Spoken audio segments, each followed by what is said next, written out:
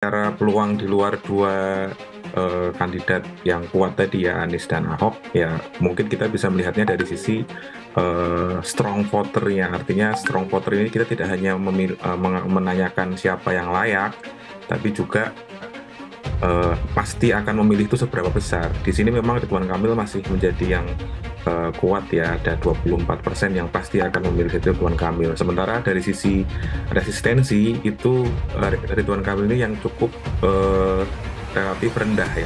Anies Baswedan ternyata tak tergoyahkan ya menjadi sebagai top of mind. Wah, elektabilitas, popularitas ya masih banyak yang kemudian menganggap bahwa Anies Baswedan adalah figur terbaik begitu kan ya, dibandingkan dengan Ahok, dibandingkan dengan Ridwan Kamil, apalagi seorang Kaisang. Ya, saya kira begini, logikanya begitu kan ya. Anies Baswedan kan sudah punya pengalaman ya, Ahok sudah punya pengalaman, Ridwan Kamil punya pengalaman tapi bukan di Jakarta. Makanya menjadi top of mind itu karena orang melihat bahwa sosok Anies Baswedan ini dianggap sebagai orang yang kemudian peduli terhadap masyarakatnya. Mereka punya rekam jejak yang baik, punya prestasi yang baik, punya terobosan yang baik.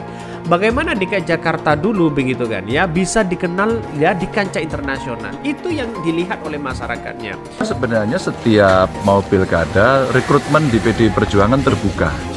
Ada disiapkan kader sendiri, ada biasanya yang non kader juga mendaftar. Di Jawa Tengah juga sama. Biasanya di provinsi-provinsi besar begitu ada banyak yang berminat. Tentu pasti akan melalui proses. Satu rekrutmen mereka mendaftar, nanti proses seleksi. Itulah proses-proses pertimbangan yang akan diambil dan sekarang masih berjalan.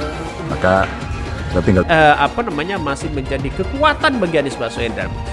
Ternyata usut punya usut, mengapa Anies Baswedan surveinya sangat kuat ya? Karena bagi beberapa partai konstituen mereka seperti PKS, seperti PKB, seperti Nasdem dan bahkan PSI, kabarnya konstituen mereka masih banyak yang mendukung Anies Baswedan. Itu salah satunya yang menjadi posisi elektabilitas dan popularitas Anies Baswedan itu tinggi.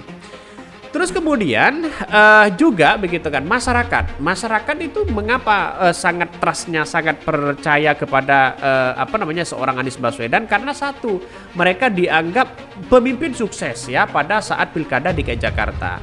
Itu terus kemudian prestasinya bisa dirasakan begitu kan. Tapi posisinya begitu kan. Di Jabar ya mereka realistis.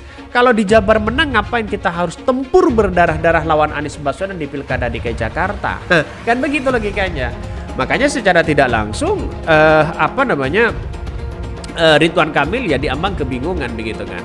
Atau jangan-jangan ini menjegal Anies Baswedan, mengalahkan Anies Baswedan agar tidak terkiprah di tahun 2029. Ya, saya kira jauh begitu kan ya, karena Anies Baswedan kan bukan kader partai. Ya, walaupun mereka bukan kader partai, bukan tidak mungkin partai akan melirik Anies Baswedan kalau kinerjanya baik. Dan kalau Anies Baswedan ini lolos ya di pilkada di Jakarta, saya yakin dan saya yakin-yakinnya bahwa bisa saja ini rasa presiden. Kenapa saya katakan seperti itu? Karena kabarnya kalau Prabowo dan Gibran mereka pindah ke IKN, jelas Anies Baswedan di situ akan tetap dibicarakan. Mereka sudah menjadi satu, dekat dengan media. Salah satunya begitu kan ya. Maka gampang apa-apa ya. Mungkin ya 5 tahun ini tetap menjadi eksistensi bagi Anies Baswedan. Mulai dari media sosial, mulai dari prestasi Anies Baswedan dibandingkan dengan seorang Prabowo dan Gibran. Kalau ya tetap bersikokoh mereka pindah ke ke IKN ya, bisa dirasakan. Dan itulah yang kemudian Heru yang menjadi 1,0 berapa persen atas kepemimpinan mereka dalam lembaga survei menandakan bahwa ada keterbelakangan, ada kemunduran setelah Anies Baswedan lengser begitu kan ya, sudah tidak menjabat gubernur lagi, dan ada kemunduran ketika Heru menjadi pemimpin ya di DKI Jakarta.